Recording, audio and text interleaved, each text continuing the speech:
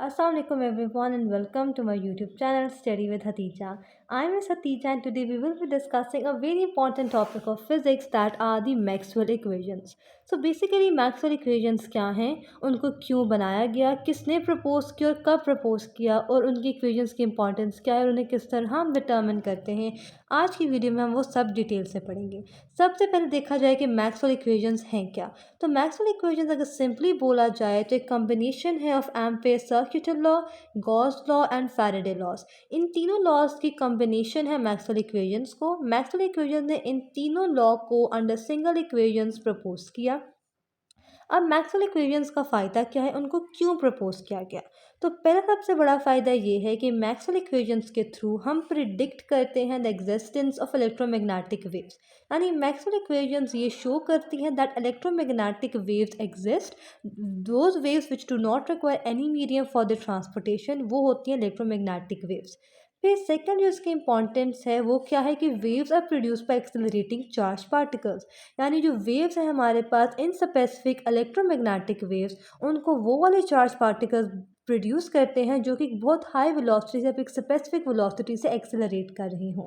सो Maxwell equations क्या हैं, वो एक कॉम्बिनेशन है of Ampere circular law, Gauss law and Faraday law. और इनकी इंपॉर्टेंस ये है कि वो प्रिडिक्ट करती हैं कि इलेक्ट्रोमैग्नेटिक वेव्स एग्जिस्ट करती हैं और साथ ही साथ ये वेव्स कौन प्रोड्यूस करता है, एक्सेलरेटिंग चार्ज पार्टिकल्स। अब मैक्सवेल इक्वेशंस किसने प्रपोज की। जैसा कि नाम मैक्सवेल सजेस्ट करता है कि ये इक्वेशंस प्रपोज की गई थी by the physicist James clerk Maxwell in the 1800s। ये इक्वेशंस जो हैं हमारे पास बेसिकली 4 इक्वेशंस जो रिनाउंड हैं, उनको प्रपोज किया था मैक्सवेल ने इन 1800 और इन स्पेसिफिक 1850s में उसने इन सारी इक्वेशंस को प्रपोज किया था। अब बेसिकली आज की वीडियो पे हम दो जो पहली इक्वेशंस है वो स्टडी करेंगे। अब वो दो जो इक्वेशंस है वो एक दूसरे का इन्वर्स समझी जाती हैं। इन दो इक्वेशंस पे हमने क्या स्टडी करना है कि इलेक्ट्रिक और मैग्नेटिक फील्ड किस तरह प्रोपोगेट करती हैं, वो आपस में किस तरह इंटरैक्ट करती हैं और दूसरे ऑब्जेक्ट्स यानी स्पेसिफिक ऑब्जेक्ट्स का इन दोनों फील्ड्स पे क्या इफेक्ट होता है। तो let's start with the first equation.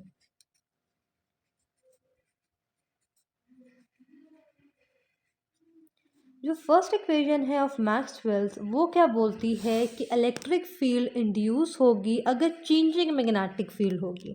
क्या स्टेटमेंट है that electric field is induced by changing magnetic field.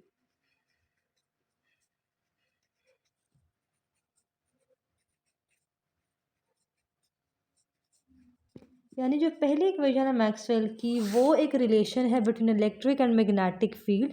कि अब इस इक्वेशन से हमने क्या डिटर्मिन करना है कि किस तरह इलेक्ट्रिक फील्ड प्रोड्यूस होगी किसी भी कंडक्टर या किसी भी वायर में किसी भी ऑब्जेक्ट में अगर हम मैग्नेटिक फील्ड को वेरी करेंगे विद द टाइम।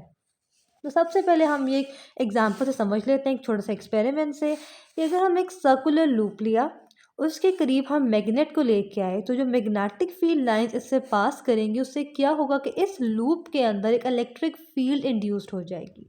ये बेसिकली फैराडे का लॉ था और हम इस फर्स्ट इक्वेशन में फैराडे लॉ को ही डिमॉन्स्ट्रेट करेंगे कि जब एक मैग्नेट को और एक कॉपर वायर के भी कोई भी कंडक्टिंग वायर आपस में रिलेटिव मोशन शो करती हैं, या तो वायर मूव कर रही होगी या फिर मैग्नेट मूव कर रहा होगा, तो एक इलेक्ट्रिक फील्ड इंड्यूस हो जाएगी इस वायर में due to the presence of the magnetic field.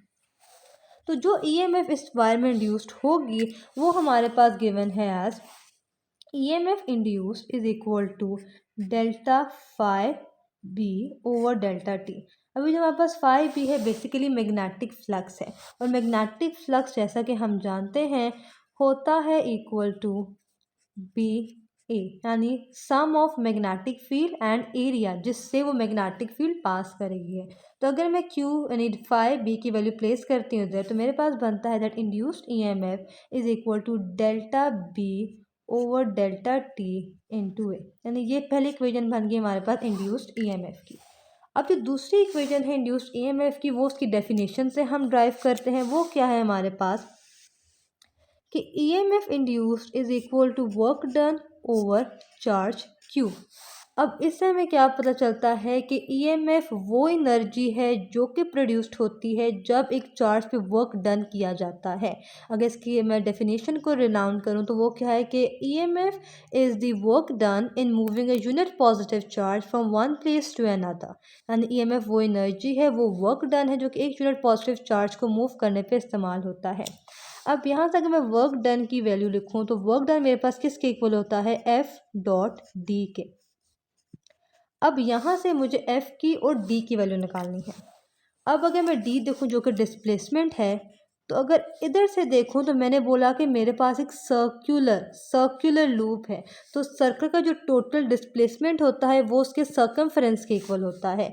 और जो हमारे पास डिस्प्लेसमेंट होगी वो इक्वल होगी सर्कमफ्रेंस ऑफ द सर्कल, और सर्कमफ्रेंस ऑफ सर्कल क्या होता है, 2 पाई आर। यानी जो हमारे पास डिस्प्लेसमेंट है वो टोटल कितनी है, 2 पाई आर। अब बात आती है फोर्स की। डिस्प्लेसमेंट तो हमने ढूंढ ली, अब ढूंढनी है हमने फोर्स। तो फोर्स मैं किस तरह ढूंढूंगी। अब चूंकि मैंने पहले ही बताया कि मुझे इलेक्ट्रिक फील्ड चाहिए कि वो मैग्नेटिक फील्ड से वेरी कर रही है, तो मैं ऐसी इक्वेशन लूँगी फोर्स की जहाँ से मेरे पास इलेक्ट्रिक फील्ड भी है। तो मैं इलेक्ट्रिक फील्ड इंटेंसिटी लूँगी, वो किसके इक्वल होती है कि E is equal to F over Q। यानी electric field intensity is the force, electric force acting at a unit positive charge at any place. Electric field intensity basically electric field की किसी भी position पे उसकी strength को show करती है। तो अगर यहाँ से मैं फोर्स की वैल्यू निकालूँ तो मेरे पास बनता है F is equal to Q E. अब ये जो मेरे पास दो वैल्यूज आई हैं F की और D की, इनको मैं इस इक्वेशन में पुट करती हूँ तो मेरे पास क्या आएगा, induced EMF is equal to F की जगह क्यू ई और डी की जगह 2 पाई आर ओवर क्यू। हमारे पास ये सिमिलर टर्म्स हैं तो क्यू क्यू से कैंसिल हो गया। So we are having induced EMF is equal to E into 2 pi R. अब हम देखते हैं कि किस तरह, अब हमारे पास ये इंड्यूस्ड ईएमएफ की इक्वेशन है, ये इंड्यूस्ड ईएमएफ की इक्वेशन है। अब हम इन दोनों को कंपेयर कर लेंगे। अगर मैं एक इक्वेशन लिखूँ यहाँ से, ये तो आ जाएगा delta B over delta T A is equal to E into 2 pi R. अब मैंने ये इक्वेशन नंबर 2 को और इक्वेशन नंबर 1 को आपस में कंपेयर कर लिया, क्योंकि दोनों हैं तो इंड्यूस्ड ईएमएफ ही की वैल्यूज़, तो मैं इंड्यूस्ड ईएमएफ की जगह इन दोनों की वैल्यूज़ पुट कर ली। अब हम नेक्स्ट की तरफ चलते हैं और देखते हैं कि इन्हें किस तरह हम इलेक्ट्रिक फील्ड की आंसर निकालेंगे। जो पिछले पेज में हमारे पास इक्वेशन थी उसको दोबारा लिख लेते हैं। यहाँ वो क्या थी, E into 2 pi R is equal to A into delta B over delta T. अब यहाँ से चूंकि मुझे ई की वैल्यू चाहिए इलेक्ट्रिक फील्ड की, तो मैं इस फैक्टर को यहाँ ले आऊँगी, तो ये हो जाएगा electric field is equal to A over 2 pi R into delta B over delta T. तो ये मेरे पास स्टूडेंट्स मेरी फाइनल इक्वेशन निकल आई है। अब यहाँ से जो मैंने पहली स्टेटमेंट लिखी थी कि electric field is induced by the changing magnetic field, fully prove हो रही है। अब इसको मैं एलैबोरेट कर देती हूँ कि देखा जाए तो बी हमारे पास मैग्नेटिक फील्ड है, टाइम हमारे पास टी से गिवन है। तो अगर मैं मैग्नेटिक फील्ड को चेंज करती हूँ with the change in time, तो मेरे पास इलेक्ट्रिक फील्ड प्रोड्यूस्ड या इंड्यूस्ड होगी। अब यहाँ जो मेरे पास ये पूरा फैक्टर है ए ओवर 2 पाई आर, ये कांस्टेंट टर्म है। एरिया जिसको मैं ऑब्जर्व कर रही हूँ, जो डिस्प्लेसमेंट वो कांस्टेंट टर्म है, वो चेंज नहीं होंगी, तो इसलिए इनका एज सच अफेक्ट नहीं है ऑन इलेक्ट्रिक फील्ड। यहाँ सिर्फ मैं बात कर रही हूँ the relation between electric field and magnetic field. अगर मैग्नेटिक फील्ड चेंज होगी with the change in time, then electric field will be induced. And this was indeed Faraday law, कि अगर हम एक वायर को प्लेस करते हैं और उसके करीब मैग्नेट लेके आते हैं फिर उसे दूर ले जाते हैं, तो इस चेंज ऑफ मैग्नेटिक फील्ड से क्या होगा कि इलेक्ट्रिक फील्ड इंड्यूस्ड होगी इन द वायर। तो ये हमारे पास हमारी पहली इक्वेशन हुई। अब चलते हैं अपनी सेकेंड इक्वेशन की तरफ।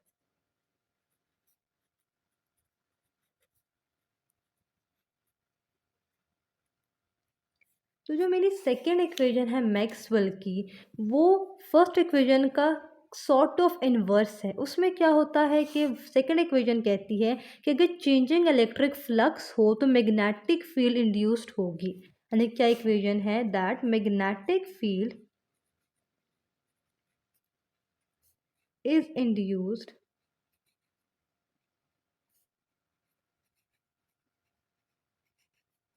by changing electric flux।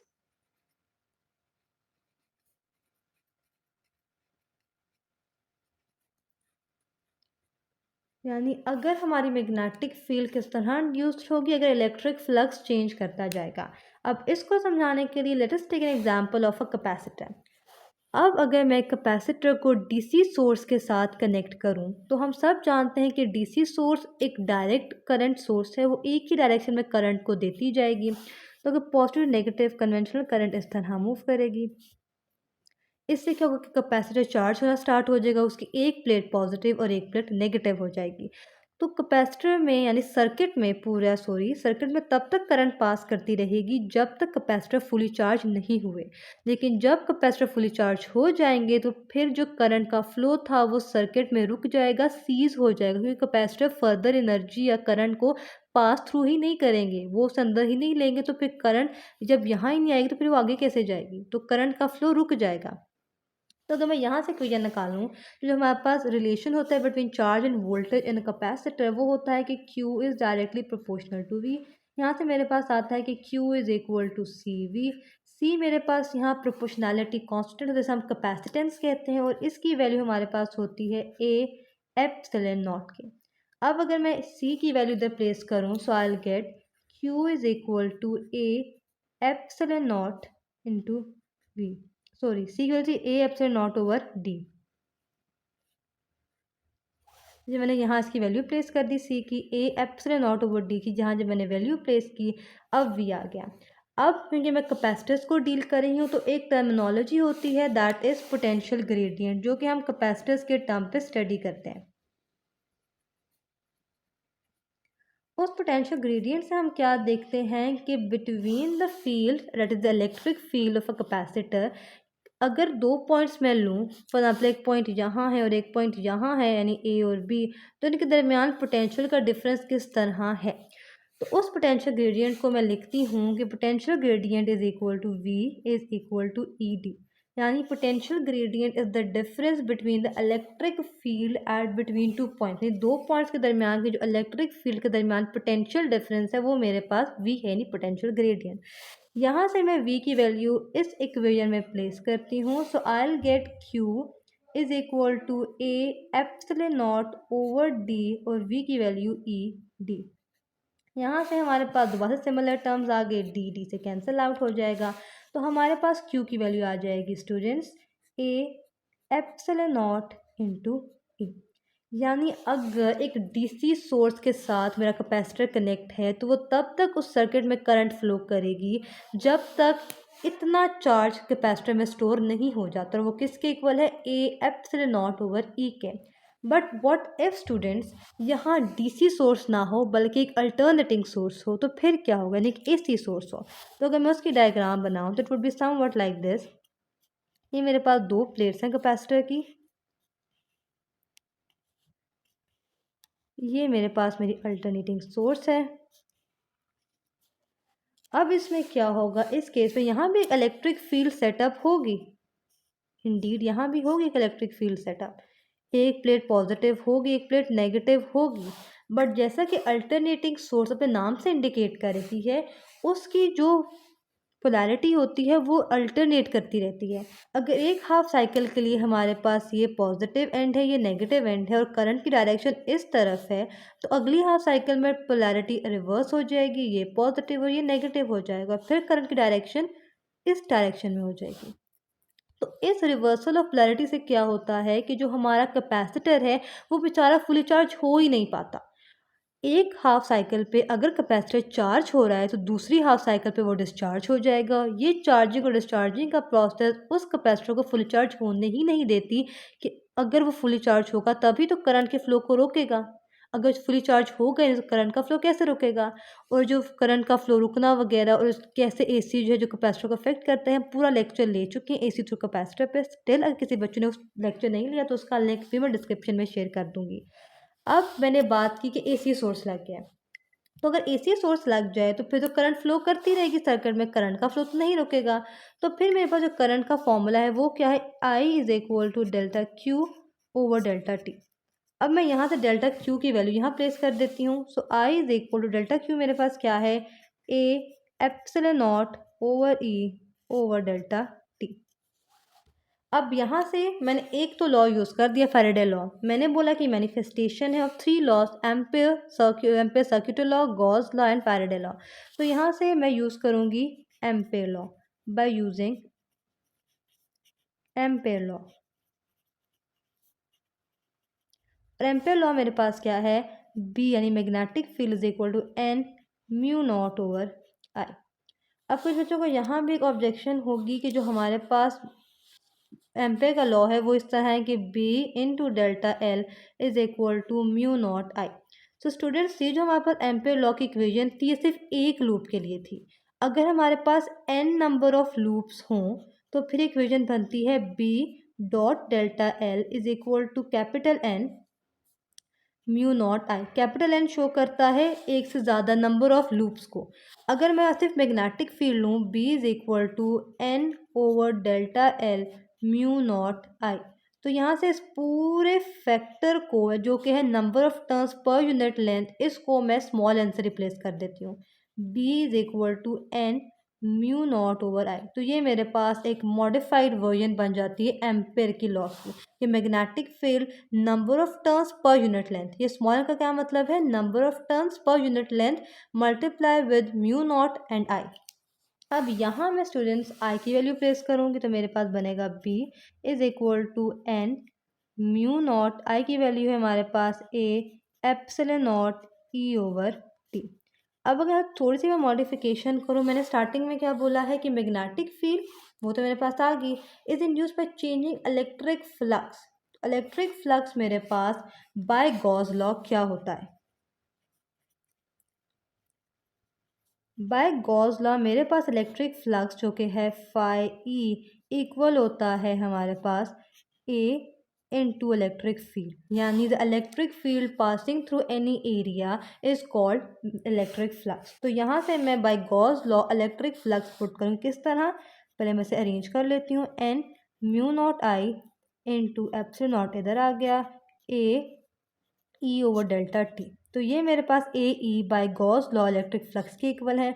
So B is equal to N mu naught epsilon naught into electric flux and change of electric flux over delta T. यानी यहाँ की जो मेरी फाइनल इक्वेशन निकली है वो क्या मुझे शो कर रही है कि अगर मेरे पास इलेक्ट्रिक फ्लक्स चेंज करे with the change in time तो मेरे पास मैग्नेटिक फील्ड इंड्यूस्ड होगी। तो यानी सेकेंड इक्वेशन भी फुलफिल्ड होगी, that by the change in electric flux per unit time we can induce magnetic field in any object in a conducting wire. तो guys यहाँ के आज का लेक्चर ख़त्म होता है। आज के लेक्चर में हमने मैक्सवेल इक्वेशंस देखी कि वो क्यों बनाई गई, किसने बनाई, वो कौन से लॉ को मैनिफेस्टेट करती हैं। फिर हमने उसकी दो इक्वेशंस पढ़ी। पहली जो इक्वेशन थी वो मैनिफेस्टेशन थी ऑफ फैराडे लॉ कि magnetic field electric field induced करती है। और जो सेकंड इक्वेशन थी वो मैनिफेस्टेशन थी ऑफ एम्पेयर लॉ मेनली और गॉस लॉ। उसमें हमने क्या देखा कि जो चेंजिंग इलेक्ट्रिक फ्लक्स है वो मैग्नेटिक फील्ड को इंड्यूस्ड करेगा। आई होप आपको आज का लेक्चर समझ आया होगा और आपके बहुत से डाउट क्लियर भी हो चुके होंगे। Still if you are having any doubt any queries so do ask me in the comment section. इसके अलावा आप मुझे व्हाट्सएप पे इंस्टाग्राम पे डीएम कर सकते हैं, मैं अपनी इंस्टाग्राम की आईडी भी शेयर कर दूंगी। तब तक I am wishing you best of luck in your life. अल्लाह हाफिज़, अल्लाह नेगेबान।